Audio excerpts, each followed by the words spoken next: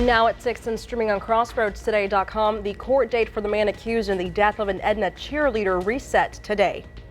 The Uvalde officers who responded to the shooting massacre are cleared of blame. That's according to a new report. And a power company could be to blame, or rather responsible, for the deadly wildfire in the Texas Panhandle. Xcel Energy's response this evening. Well, we had some nice little showers around the area this afternoon. You can see them right about here, but they're decreasing right now. Tomorrow morning, we have a better chance as the cold front starts moving in. But the big stuff is happening tonight in North Texas. Severe weather season has arrived. We'll have your weather coming up in a moment. And your athlete of the week recently threw a no-no. I'll have that in sports. You're watching 25 News Now at 6. Good evening and thank you for joining us. I'm Don Brubaker. And I'm Karina Garcia. 3 suspects were arrested by Goliad County deputies Wednesday. 18-year-old Mason Rodriguez of Victoria, 53-year-old Mary Jane Johnson of Goliad, and 42-year-old Joseph Johnson of Birmingham, Alabama, face charges of possession of drugs in a drug-free zone and engaging in organized criminal activity. They remain in the Goliad County Jail. Victoria police arrested a 21-year-old suspect Wednesday. Seth Foster is charged with aggravated assault with a deadly weapon. He is in the Victoria County Jail in lieu of $500,000 bond. A Victoria suspect is arrested on 4 charges. 19-year-old Nathan Paris faces 2 aggravated assault with a deadly weapon charges, along with charges of a deadly conduct with discharge of a firearm and engaging in organized criminal activity. Paris is in the Victoria County Jail with no bond. About 86 pounds of cocaine seized in Warren County.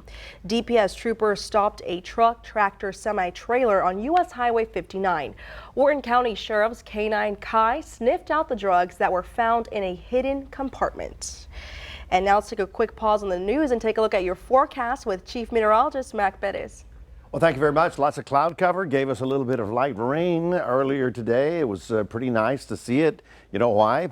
Because it's not going to be much of a chance for tomorrow. The frontal system is right about here. Already the big stuff's developing up north. We'll get a tail end of that to give us some shower activity by tomorrow morning. And then after that, it's all gone as we get a little cooler and quite a bit drier. All that coming up in just a moment. Stay tuned. Mac, thank you. The man accused of murdering an Edna cheerleader, Elizabeth Medina, was not present in courtroom today, but was arraigned in the capital murder of Elizabeth. 25 News Now weekend anchor Adam Seibel brings us more from the Jackson County Courthouse. Rafael Romero, the man accused of murdering 16-year-old Edna cheerleader Elizabeth Medina, waived his right to appear in court today, something Elizabeth's mom, Jacqueline, says was cowardly. She's frustrated that she was unable to actually see him in person today in court as she drove all the way from Nebraska for his arraignment this morning. Romero is accused of intentionally causing the death of Elizabeth while in the course of committing or attempting to commit burglary, robbery, or aggravated sexual assault. Romero had overstayed a work visa. He was arrested 5 days after the 16-year-old was found dead in her Edna apartment. Reporting in Edna, Jackson County, I'm Adam Seibel, KAVU-TV 25 News Now. Rafael Romero's next court date is reset to April 4th on capital murder charges. The court hearing for 4 former students of the Industrial ISD is reset for May 16th. Colin Stumfel, Zachary Cookler, Christopher McRoy, and Braxton Warren are indicted on charges of organized criminal assault. The incident happened on a school bus last April. The 4 teenagers stand accused of assaulting a fellow student while returning from an away game. An investigation Uvalde city leaders ordered into the Robb Elementary School shooting cleared local police officers of mistakes. The report says there were a series of failures during the response to the 2022 classroom attack that left 19 children and 2 teachers dead. Several family members of victims walked out in anger midway through a presentation that showed Uvalde Police Department officers acting fast. Other state and federal reports faulted police at every level. A person in the crowd screamed, "Cowards." Tell us about Uvalde Police Department's training with regard to breaching. I don't believe they've ever been to any extensive breaching classes. I don't believe, well, they had not practiced since before COVID when this occurred. Although the Austin-based investigator Jesse Prado cleared law enforcement of any blame, he described several failures by responding local, state, and federal officers at the scene that day. They included communication problems, poor training for live shooter situations, lack of available equipment, and delays on breaching the classroom. Closing arguments are underway in the trial of two Texas deputies, James Johnson and Zach Hamden, who face manslaughter charges in the in-custody death of Javier Ambler. Ambler died in March of 2019 after leading police on a 20-minute chase. The former deputies stand accused of acting recklessly while trying to arrest Ambler by using a taser. This despite Ambler telling officers he had a heart condition. During the incident, the officers were filmed by a camera crew for the show Live PD. That footage never aired and was later destroyed. The case is set to go before a jury who will decide their fate. Xcel Energy said its facilities, quote, appeared to have been involved in an ignition of the Smokehouse Creek fire, unquote. That's the largest wildfire in Texas state history. The company says it's cooperating with investigators and will help those affected by the blaze. Xcel did, however, refute claims that it acted negligently in maintaining its infrastructure. They also encourage residents to submit a claim to the company. Bob Frenzel, chairman of Xcel Energy, adds the company has operated in the Texas Panhandle for more than 100 years and says he stands committed to supporting the region's renewal and recovery. Voters head to the polls in 83 days to decide who will serve as the next Victoria County Commissioner in Precinct 3. Shannon Martin on that bill. He previously served the Victoria Fire Department for more than 35 years. He remains active in the community through organizations such as the Victoria Livestock Show and the local Emergency Planning Commission.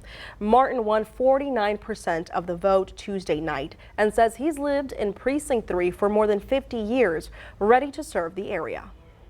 I'm the only candidate that has real-world experience in not only budgeting, but allocating taxpayer dollars and ensuring that those taxpayer dollars are spent properly throughout the year and in a conservative manner. A runoff is set for May 28th between Martin and Brad Tucker, who won 35% of the vote Tuesday night. Tucker's worked in the construction industry for 25 years, owning and operating the Tucker Construction Company for 18 years. The winner will become the 5th County Commissioner in Precinct 3. Incumbent Gary Burns did not seek re-election. He held that position for 20 years. TxDOT recommended permanent closure of the DuPont Bridge at the Victoria Barge Canal. The closure starts March 29th. Access to property across the canal will require using the alternate route on Levee Road. Remember to subscribe to our YouTube channel, Crossroads Today. Hit the like button and click the notification bell so you can see Crossroads Today on YouTube. Stay with us. A bill to ban TikTok gets U.S. House vote. Coming up on 25 News Now at 6, the details of that bill. Also ahead, 2 men on a mission in San Antonio, how they lay down the hand of the law for those illegally parking in handicap areas.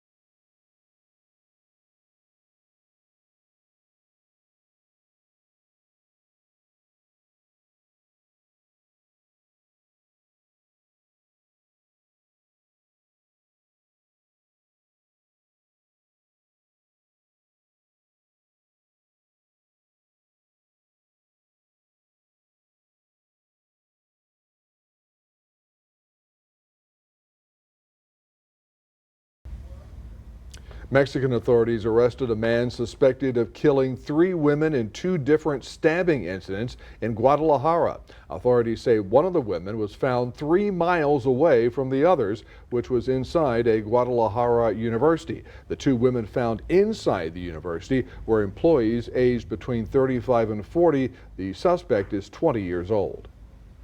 TikTok's time in the U.S. may be ticking away. Thursday, a House committee okayed a bill that could ban the China-linked social media platform from all U.S. devices like phones and tablets. The bill has bipartisan support. If the bill is passed, TikTok parent company ByteDance would have 165 days to sell the app. If ByteDance does not do that, the bill would make it illegal for TikTok to be available for download in app stores. This after U.S. officials say Beijing can collect user information data from ByteDance. Mortgage rates ticked down slightly this week. It's a tiny benefit to buyers eager to make a move with newly listed homes coming to market. Freddie Mac reports the 30-year fixed rate mortgage averaged 6.88% in the week ending Thursday. That's down slightly from the week before. The decline breaks a 4-week streak of rising rates, which had done little to chill the home buyer market, and it will likely draw even more people to the spring market. Volunteers of the San Antonio Police Department's public safety team write tickets for those illegally parked in fire lanes or handicapped parking areas. Yeah, these 2 men have been volunteering for 25 years for the police department. All right, we're going to be looking for these handicap things down here. Every week, you'll find Jerry Cowan and Don Carr. Hey, there's one right over there right now. Looking for cars parked illegally in a fire lane or a handicap spot. I had a handicapped daughter in a wheelchair for 6.5 years. A lot of times I took her out and we had a problem. For the past 25 years, they've been writing tickets. Black Camry. Volunteers part of SAPD's public safety team. When I was on patrol there, we would get calls for somebody complaining about handicap parking or parking in the handicap zone area, is that they were calling the police. Well, we were taking calls that were maybe on the lower side of the totem pole there. It was just something that we both felt like we'd like to do, and so in the beginning, I think this was an experiment. Cowan and Carr told us they're the oldest members of the team. I'm 85. That's classified. Yeah, and you're 80, right? 86. We're in our 80s. Sometimes they'll give warnings. You already did that one. Just these 2. Other times you could be paying a few $100s for a violation. Trying to help those that need help with handicap parking. They've got disabilities. We're going to help them ease the disability somewhat. They say their best days? A day without having to write a ticket. Rania Kaur, KENS 5. There's some good Samaritans out there. Don't run into those guys, don't okay? mess with them. Well, TSA started a new self-screening pilot program in Las Vegas this week. Pre-checked passengers can now use the new security technology. Passengers follow instructions on a screen to scan their own bags and then step into a glass body scanning booth where an avatar provides guidance. TSA officials said the goal is to improve passengers' experience and minimize their interactions with TSA employees, not necessarily to speed things up. The TSA said testing of the prototype could last up to a year. And by the way, the TSA also says if you do not speak English, you cannot use this new program. Interesting. Do you have to take your shoes, your belt, your wallet, everything? Didn't hear about the shoes and the belt and the wallet. How much more do I have to take off here? You know, I mean, it's getting crazy. Well, folks, we got a lot of cloud cover. We had a little bit of light rain earlier this afternoon. We're at 72 degrees, quite balmy and quite humid. We managed to get up to 79, still above seasonal average. The rain chance, well, it's not going to be much of a big deal. And that'll be tomorrow morning. And then after that, it's all gone. We'll talk about your weekend coming up right after this.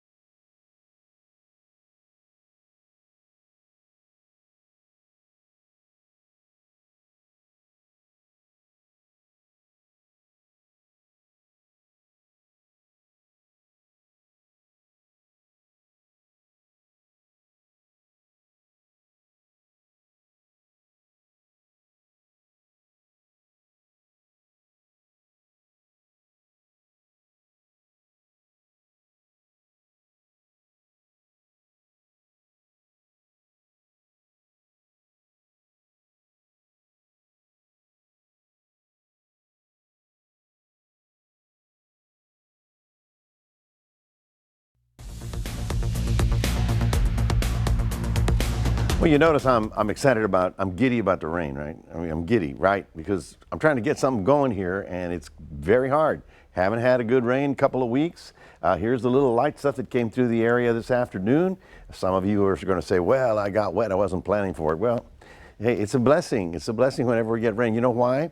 Once we turn after spring and it becomes summer, it'll be months and months and months before we get anything. Now, we got the light stuff because our atmosphere is fairly stable. Up in North Texas, whoa, it's not stable at all. In fact, they're getting big fireworks from the Dallas area all the way down. There's Abilene, you see it right there. Big thunderstorms firing to the south of it right now. So all of North Texas is under the gun. Let me show you a different angle, and I want you to see this because okay, come on, you can do it. Well, let me go over there and move it. I'll tell you why. I did a little 3D thing because sometimes, you know, you see the rain from below where we walk around and it's no big deal. But when you try and put it all in perspective as to how tall these storms are, the taller the storms, the more severe they get. When we get those purple tops, we know they're up there way below freezing, and so hail is probably up there, but will it hit the ground? That's the big question. That's what we have going on right now. And the farthest storm south is this one right here in the Sonora area of West Texas. For us, we're not really involved in the severe weather, which is fine. Tomorrow, being Friday, is when all the heavy stuff actually moves over Dallas and into northeast Texas. We're going to get a front coming through tomorrow, but it's not going to give us much of a chance of any significant rainfall. We don't have any watches or warnings except for that stuff you see down south. That activity is actually a fire danger because of the front coming through. Now in the pink in North Texas, that is actually severe thunderstorms right about, okay, I'm back. Okay. I'm back. Okay, here I am. All right, I'm back. This is a severe weather up north, okay? That's tonight. But then tomorrow it sort of slides across as the cold front, you can see how there it is, begins to cool things down. Eventually that gets down to our area and we won't have any 80 degrees over the weekend, which is positively delightful, wouldn't you say? We're looking at the frontal system. There it is. There's the cooler weather up north. They're actually getting some snow in the Rockies out of that. But that system will move through our area about noon tomorrow. You'll feel the north wind coming in, and that's when the rain chances goes away. So if we get anything, it'll be tonight into tomorrow morning, and then boom. Because by Friday afternoon, the north winds will kick in, and then all of a sudden high pressure gives us a couple of nice days for Saturday and Sunday. Now, of course, obviously to the northwest, we've got to look. Anything else coming? Yeah, but that's about 7 days away, so we're not going to worry about it right now. That's probably next week. So let's take a look at your day planner for those of you in Port Lavaca looking for showers possible in the morning, and then by noon it sort of fades away. Then the north wind comes in, and we hit 82, but then we'll cool down for Saturday. As you can see, scattered showers in Cuero in the morning and then getting up to 80 degrees. The north wind will feel very nice, and that's why our temperature goes from 83 down to 65 and then 68 on Saturday and Sunday. Saturday night, before you go to bed, spring forward as we start daylight saving time all over again. That's your 7-day forecast, reminding everybody we do have a QR code. Please scan that, put Crossroads a Day on your phone, and we can talk to you any time of the day. That's it from here. We'll toss it over to Karina. Thank you, Mac. And now here's sports reporter Zach Brown. We'll have your athlete of the week and one of the most legendary high school football coaches stepping aside. I'll have that in sports.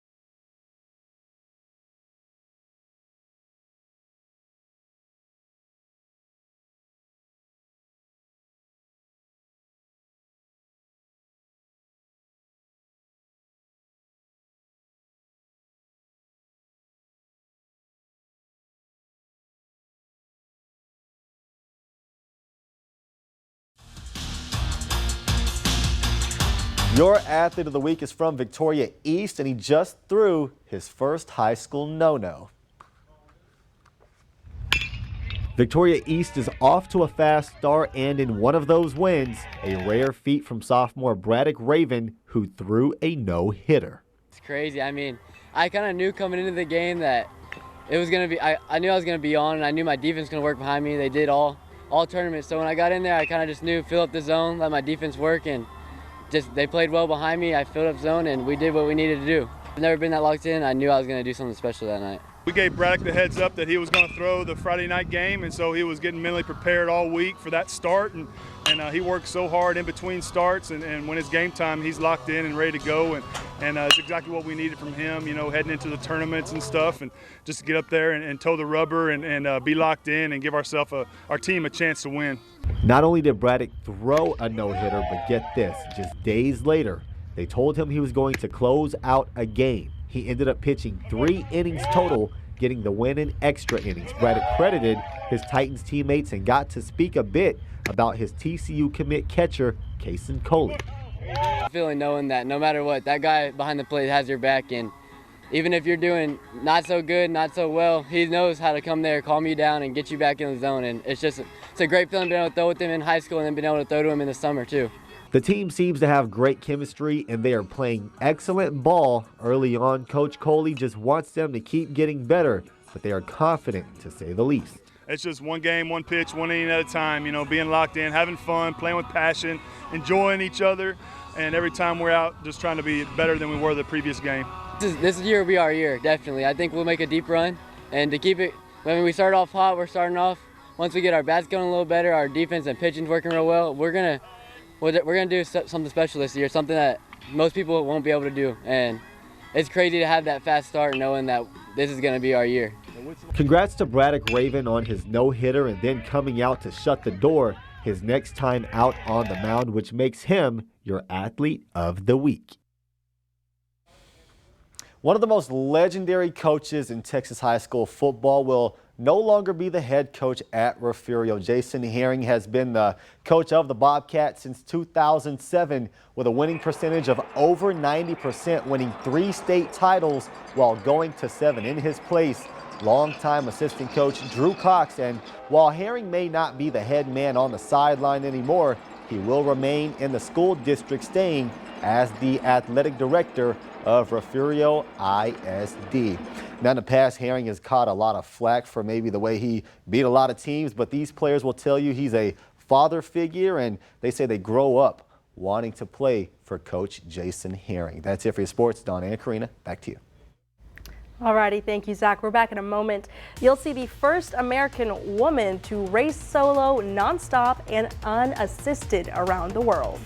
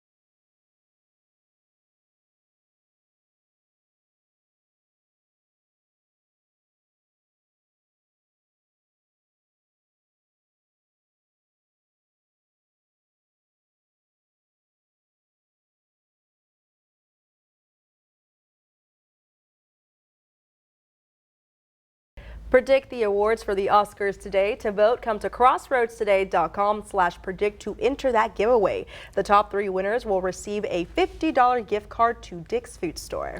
Tonight, for actress in a supporting role, right now, 40% of the voters picking America Ferrera from Barbie. Right now, there is a tie at 20% for Emily Blunt from Oppenheimer, and I think her name is Divine Joy Randolph from The Color Purple. The Holdovers. From The Holdovers, excuse me. And then at 10%, we have Danielle Brooks from The Color Purple, or two-time Oscar winner Jodie Foster and her, let's see, which? Nyad. Nyad. All right, there you go. Alrighty, so don't forget the Oscars pre-show is right here on KVU TV Sunday at 5:30, and you can catch the Oscars at 6 p.m. And finally tonight, sailor Cole Brower became the first American woman to race solo, nonstop and unassisted around the world. Brower finished the Global Solo Challenge after 130 days at sea. She set off from Spain on October 29th before sailing around the globe through the 3 Great Capes and ending back in Spain. Brower injured her ribs during the race when she was tossed across the boat. The 29-year-old who finished in second place in the race was both the youngest skipper and the only female sailor in the fleet of 16 boats. Look at her go right there. That is a long way to go by yourself, too, and by golly, yeah, pop that cork. She knows how to do that. Oh, how about Look at that celebration. The best part of it, there was no cell phone service there, nobody calling. That's right. Fine. That's right. You said you were a little giddy with the rain? I'm just trying to get something going. I want to get us some more rain here in the springtime before the summer rolls in. So once it rolls in, we're going to be in all kinds of problems. So we were hoping to get some overnight and into tomorrow morning. But after noontime, the north wind will kick in. You'll feel it, and it'll get really dry and much sunnier and cooler as we get to Saturday and Sunday. That's good. I like that. I was just hoping for a little bit more rain activity here. It's all in North Texas tonight. Don't forget this Saturday night, we spring forward. We'll take a little rain, keep the hail. That's right. That's right. Mag, thank you, and thanks for joining us. We hope to see you back here tonight for 25 News Now at 10. Boom.